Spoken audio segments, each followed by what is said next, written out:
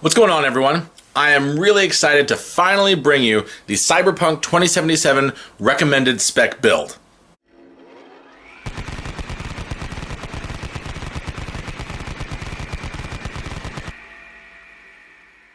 In all honesty, I meant to get this video out a long time ago, but work and life in general, along with a bunch of other side projects, just didn't make that possible. So at the time of filming, it's actually January 5th. And my hope is that this video will be up fairly soon. Now, we've all heard about the bugs and performance issues that have been going on with Cyberpunk 2077, and I hope that at least with the delay of this video, some of those things may have been patched, new drivers released, so hopefully there won't be as many of those issues. But enough of my pretty face. Let's get into the actual specs of this machine. Alright, now take a second and focus on my screen here.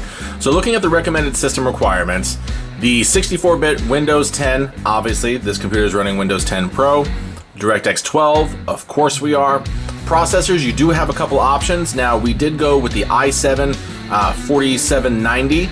I had originally tried to go with the K variant to overclock, but that didn't pan out. There'll be more about that in a later video.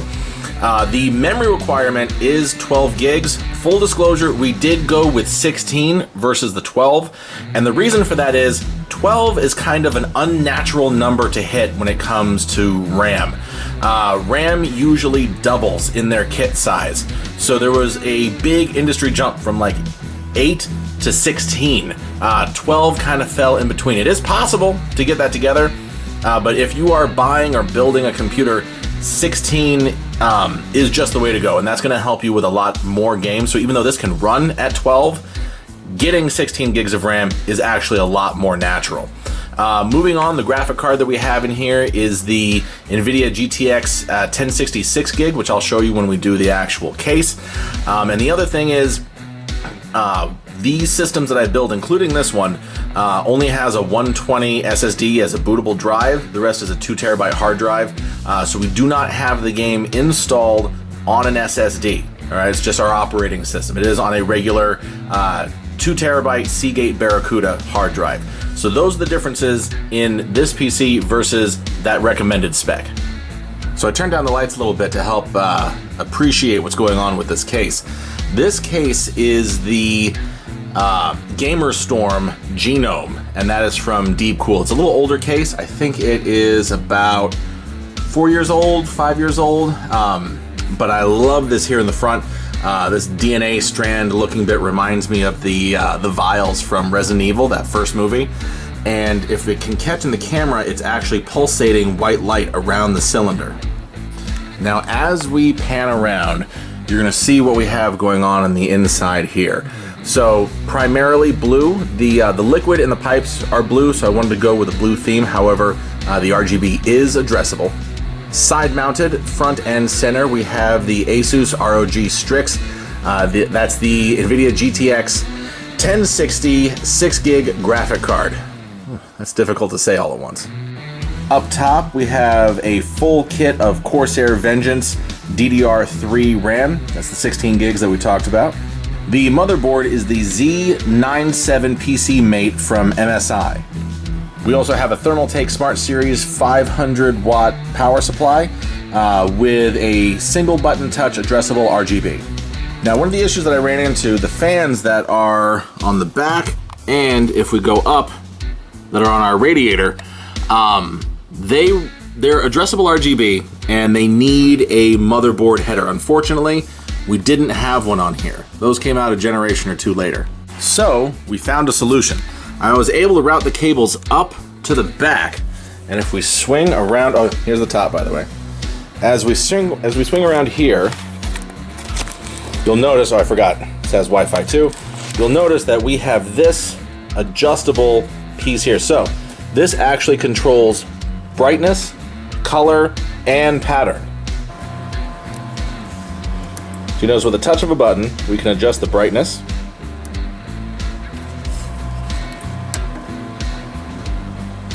Here's our color adjustment.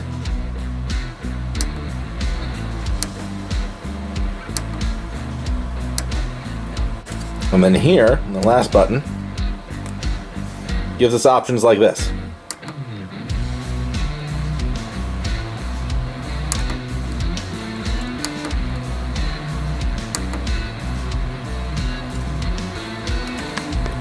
So you can manually take addressable RGB fans that don't have a dedicated header on the motherboard and adjust them manually. And this was only 11 or 12 bucks on Newegg. It was a great solution. And just because I mentioned it, here's our power supply, and here's the one-touch color option change. Or you can go black out.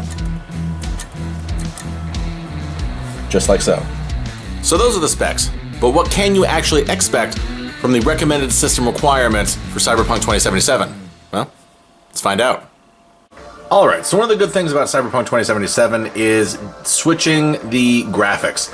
So you have your 5 standard presets, and you can swap back and forth and then get right back into the game without it really holding you up. So we're going to start right off at medium. Stats are obviously up in the top left corner, and let's see what this looks like. So I am in one of the missions, no spoilers, but this is relatively near the beginning. I'm not very far in. You can see on the medium preset, we're in the 40s, mid 40s.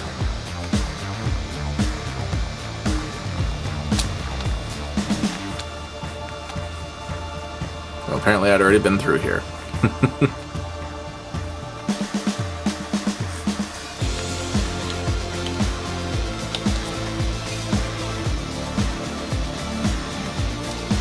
Alright, good chance I might die in here, but we're just going to tear it up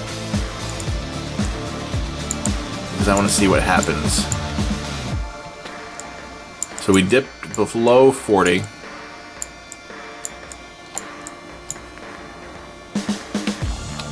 Okay, what do I have?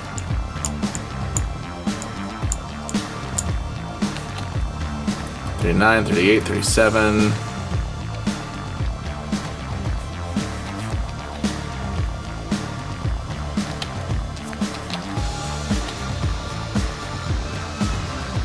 Alright, let's stop here for a second. Alright, so let's switch. Oh, don't die.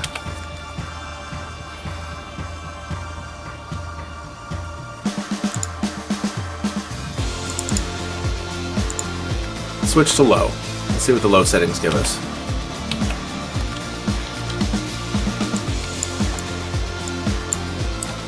Ooh, headshot.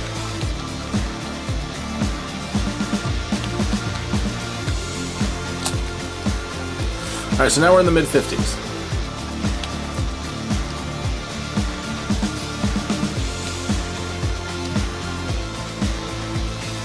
Oh, that looks like it was my way out. We did just dip back down into the 40s. I'll take her car. Just want to see real quick what this gives us. So mid-40s.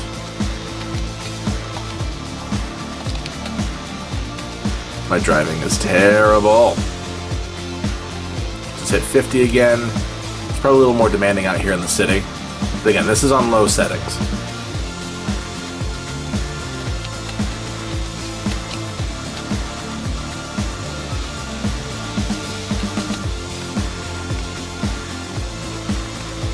Alright, I think we've seen enough. So that's it. It doesn't get much more simple than that. That is the experience that you will have with recommended hardware for Cyberpunk 2077. The funny thing is, 1080p, 60 frames per second should be a standard, but you can see even with the recommended hardware, the lowest settings, you're still not going to hit 60. Given the climate and all the information, especially with like the consoles and stuff, this isn't a surprise to me. But still, you should be informed. The experience is playable, it's enjoyable, but if you're planning on hitting 60 frames per second with this hardware, you're gonna need to step it up. But that's all I got. I hope this was helpful and informative. I'm still gonna play the game, even though it's a little weird. I have played, I got about 8 hours in it. I'm enjoying it. But yeah, I think you'll enjoy it too. Just, I recommend hardware that's a little better if you're planning on that 60 frames per second, which, as you know, PC gamers, that's kind of what we get used to. But you all have a good one, and I will see you in the next video, whenever that is. Bye.